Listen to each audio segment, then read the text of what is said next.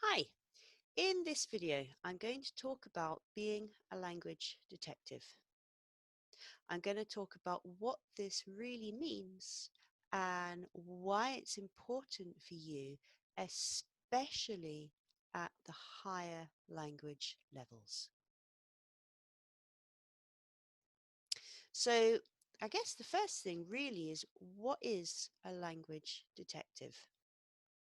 Well, to me, a language detective is a learner who can use any source of English, so whether that's YouTube, articles, podcasts, and really exploit those texts to find language that's useful and helpful. Now, a really good language detective might have ideas about the language that they want to find, so maybe topic vocabulary, maybe things like words with suffixes or prefixes, but you might also be keeping an eye out for particular grammar structures.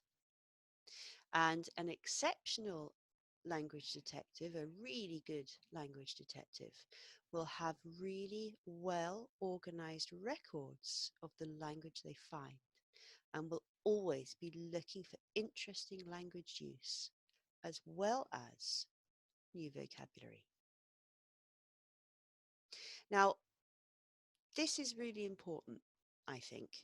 Um, when you are at A1 or A2, it's very hard for you to be independent from your teacher. You can be, you can read books, you can watch videos, you can listen to songs, and of course, you can collect vocabulary. But at the lower levels, you are more in need of help from a teacher. By B2, although you still benefit from having a teacher to guide you and keep you on the right path, you really need to start being independent and being capable of independent learning away from a teacher. And this is especially true for people who are not at a language school and who learn alone. Now, if you can develop language detective skills, this means that you can get more bang for your buck. And this idiom basically means that you get more for your money, or in this case, you get more for your time and you get more language from less input.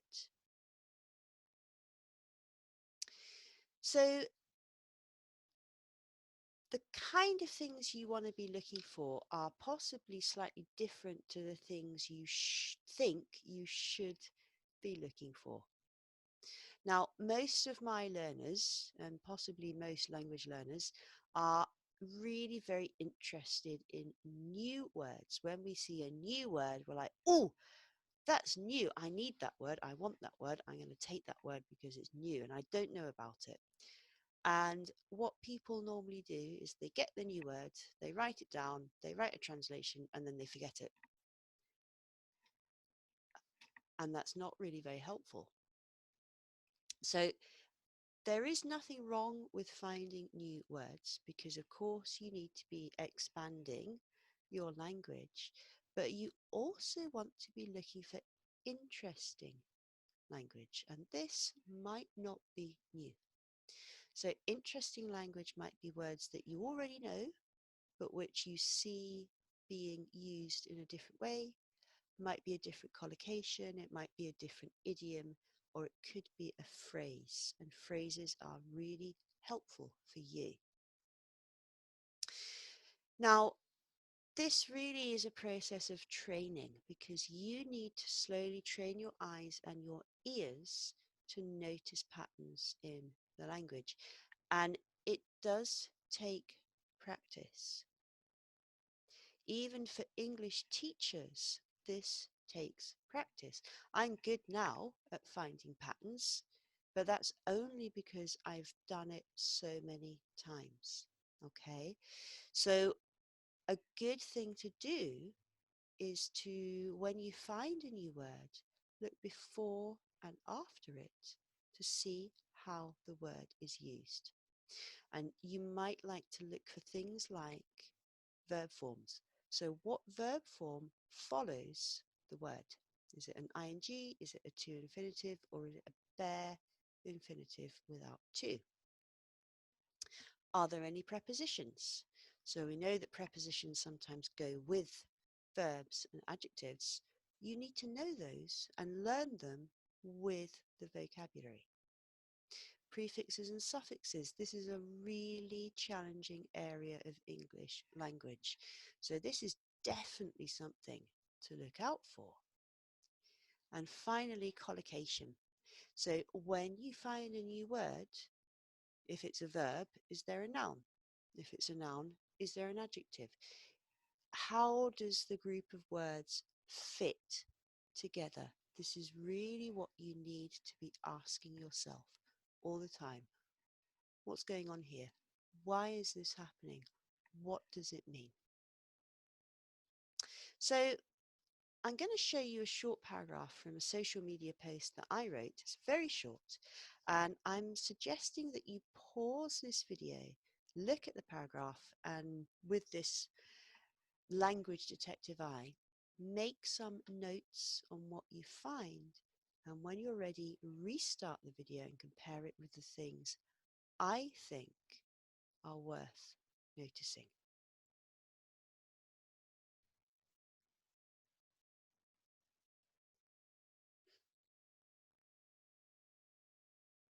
Okay, here's the paragraph. Pause the video now. I stopped in the wrong place. Here you go.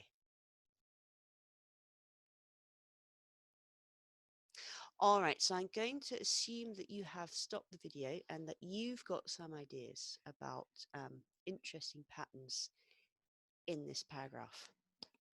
So this is what I see in this paragraph. I see that we've got this word twice, and obviously we also talk about language quite a lot.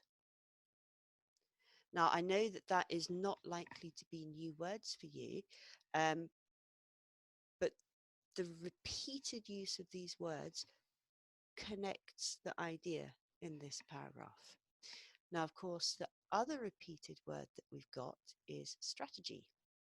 And we've got that 3 times in this paragraph. So you shouldn't do this if you're writing an IELTS essay, obviously. But it's interesting, isn't it? Look at all that repetition in this one paragraph. And although when you do academic writing, we say this is not a good thing to do, it really helps to glue the ideas together to make it very, very tight and very, very strong. Now, with the word strategies, we've got some collocations. So we've got inefficient strategies. And of course, the word inefficient has a prefix. So it's a negative prefix. If you can have an inefficient strategy, obviously you can have an efficient strategy too. And the other collocation that we've got is, it's not really a collocation, but these words do sit together quite nicely, a strategy that suits you. There is also, now I'm looking a little bit at some grammar, we've got a, where's my red? We've got a either or phrase here. And we've also got a conditional down here. But what's really interesting to me is the number of ing words that are here. So we've got 1, 2, 3, 4, 5, 6 different ing words in one little paragraph. Now, some of these ing words are acting as a subject, such as this one. So the first sentence, this is the subject, memorizing vocabulary. And the other one, which is the subject, is expanding. Expanding your vocabulary acts as a subject. There's your verb. Then we've got this lovely phrase down here. So worth investing. So we know that worth is followed by ing. It's not worth to invest.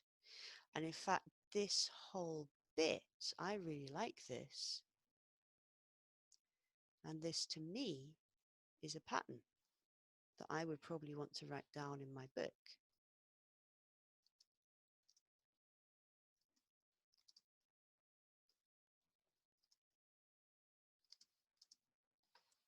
Now that is something called a frame.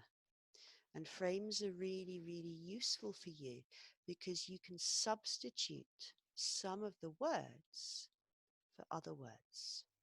So it's worth something with ing, time into ing. I would definitely want to write that down. And I think that might be all no, there's one more thing that I found here. We've got a couple of verbs that collocate with language and vocabulary. So you can develop language and you can also expand vocabulary. And those are two really nice verb-noun collocations that you can use. So as you can see, I have extracted a lot of information from this one small paragraph. And I'm going to suggest to you that it's well worth your time, not with every paragraph that you read because you will go crazy, but from time to time, once or twice a week, it's worth taking a little paragraph and really digging into it, finding everything that's interesting in the paragraph. So I hope that's given you some ideas for how you might be able to be a language detective. If you have any questions, any comments, of course, please leave them below this video. I always love hearing from you guys. My name is Sarah. I'm an English teacher and language anxiety coach. I help people overcome the fear of speaking and using English. Thank you for watching.